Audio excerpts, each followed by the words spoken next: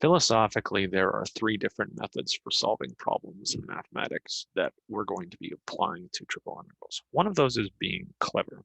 This is sometimes called the Richard Feynman method of problem solving after a famous physicist. The method of problem solving consists of writing down the question and then thinking very hard and then writing down the answer.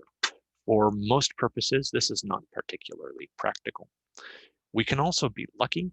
We can see a kind of secret way or a special way to simplify a problem for ourselves, or we can recognize it as a case that we've seen before, or we can have systematic methods that allow us to be stubborn and kind of chug away at the problem until we can make a little bit of progress.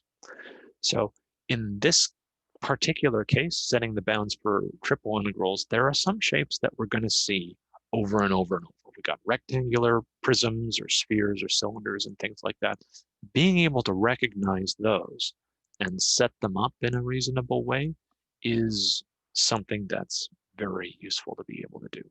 Prisms in particular, these are cases where we have a shape where we've got one variable, like say the x variable, operates completely independently of the other two. It looks kind of like we took a shape like so, and we kind of extruded it so that it became thick by extending it out in the three-dimensional plane. Those kinds, we can kind of set up the bounds of integration for the two-dimensional shape, and then the third variable just goes between two constants. Those shapes are not super bad, and it's good to be able to recognize those cases. And we'll come back to this, and especially when we do cylindrical and spherical coordinates, those are useful coordinate systems that help us with round shapes, shapes that are most easily expressed, not in terms of x, y, and z coordinates, but in terms of things that look more like trig. However, we have to be able to analyze all the types of shapes that we're going to encounter on a day-to-day basis, and this is where having a stubborn method helps. What we'd like to be able to do is we'd like to be able to calculate the region and the bounds for a triple integral by reducing it to the 2D case, where we can be a little bit more careful about it and have a little bit better of an understanding.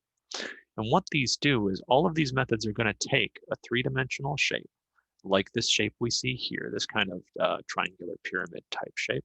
And one of them is going to be to try and slice it up to see, okay, if I slice it in this direction, each of those slices is going to have its own individual shape. Let's set up the bounds for those individual shapes, and those are going to depend on which slice we have. So that's the cross-section method. The other method is going to be kind of the shadow method, where we flatten it out instead. We imagine what would happen if we took this shape and kind of crushed it, flattened it in one particular direction. That would be a two-dimensional shape. And once we know that two-dimensional shape, we can look at what are all the points that got flattened to it. So we'll discuss these in more detail and do some examples of them as we go on in today's lectures. So a couple of warnings need to go along with this stuff. Some methods are easier or harder with certain regions rather than other regions. Certain kind of orders of integration will be easier with some regions than others. Some of these methods are easier to understand for some people than others when they first come at them. This is going to take you some time to get used to it and get geometrically satisfied with how you should think about these things. And so getting a practice at this procedure is absolutely necessary when we're doing these kinds of bounds. There's not really any substitute for